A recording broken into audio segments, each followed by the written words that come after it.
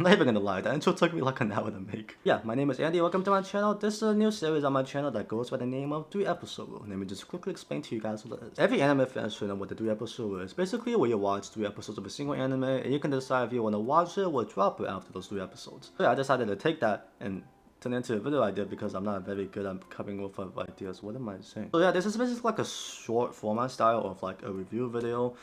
I don't really know why I did it, but I just came up with it one day. But yeah, hopefully you guys will enjoy this video because it probably took me a long time to edit. I don't think anyone really cares about how much work I put into it.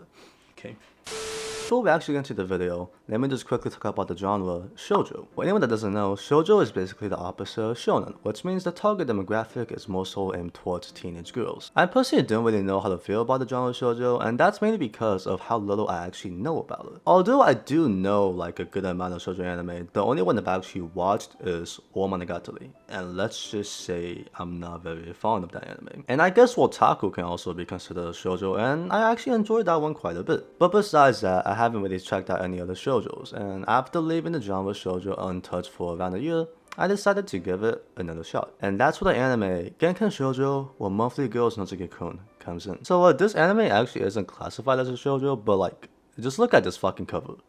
I honestly thought this was a BL when I first saw it. Anyways, this anime has been pretty enjoyable so far. I do have to admit that I was initially attracted by it because of the main girl, Chiyo Sakura. Yes, I am one of those guys that will watch the anime just because there's a cute girl in it. On a more serious note, Chiyo is in fact the main star of the show. We get to see majority of the story from her perspective, and she's also the one who creates most of the comedic scenes. After watching just 3 short episodes, I can confirm that Chiyo is in fact pretty cute and also a pretty decent waifu. If I had to rate her right now, I would probably say she's like, you know, a B or a B+ waifu. Still pretty far from being a top tier waifu in my eyes though.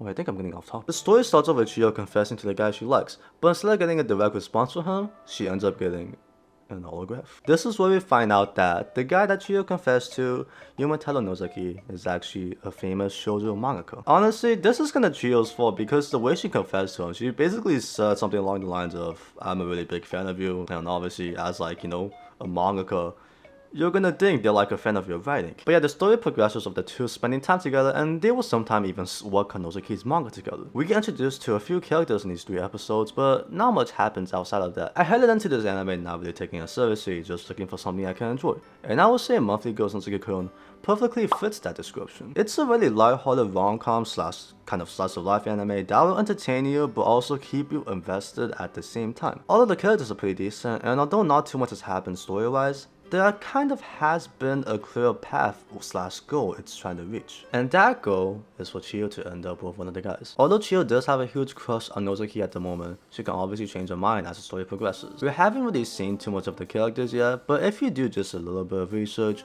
you will know that there are several main male characters. That's kind of why I mistaken this anime as a reverse horror when I first saw it. But yeah, I'm really interested to see which character Chiyo ends up choosing. It's most likely going to be Nozaki in my eyes, but you know, this is anime.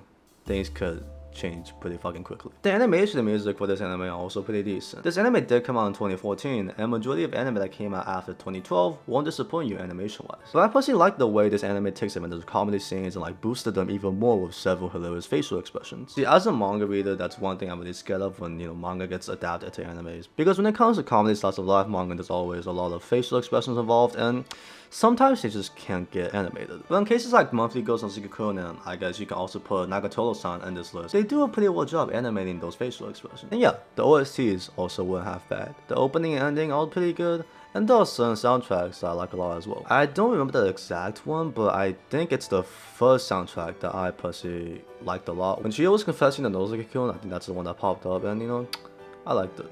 Yeah, I liked it. Now we just have 2 final questions. Am I going to continue watching this anime, and what rating would I give it? And I can inform you guys that both of the answers are pretty positive. It should be pretty obvious with all of the nice things I'm saying about it, but I'm definitely going to continue watching this anime. For a rating though, I'll probably have to give it a 6.5 or a 7 right now. This anime has been pretty good and enjoyable so far, but I don't think I've seen enough of it to put it up there with like, you know, the top tier rom-coms yet. It definitely has potential to eventually join them in the future, but coming from the perspective of someone who has only watched 3 episodes of this anime, I just really haven't seen enough of it yet. Depending on how the last few episodes of this anime could be, I can honestly see it turn into something that's really like drama heavy, something that's really emotional. But yeah, at this moment, I'll probably give this anime a 6.5 or 7, which is still very good on my eyes. So Gekkan Shoujo Nozaki-kun is definitely a pass. I'm definitely gonna continue watching this anime, and I'm definitely gonna enjoy it a lot. But yeah, if you enjoy this anime, feel free to leave a like, comment, and maybe even subscribe. You don't have to do any of that, you never quite do any of that. But if you would like to be nice to me, you can do all of those things. But that's all you're getting from me today. Hopefully you enjoyed this video, hopefully we will see each other again.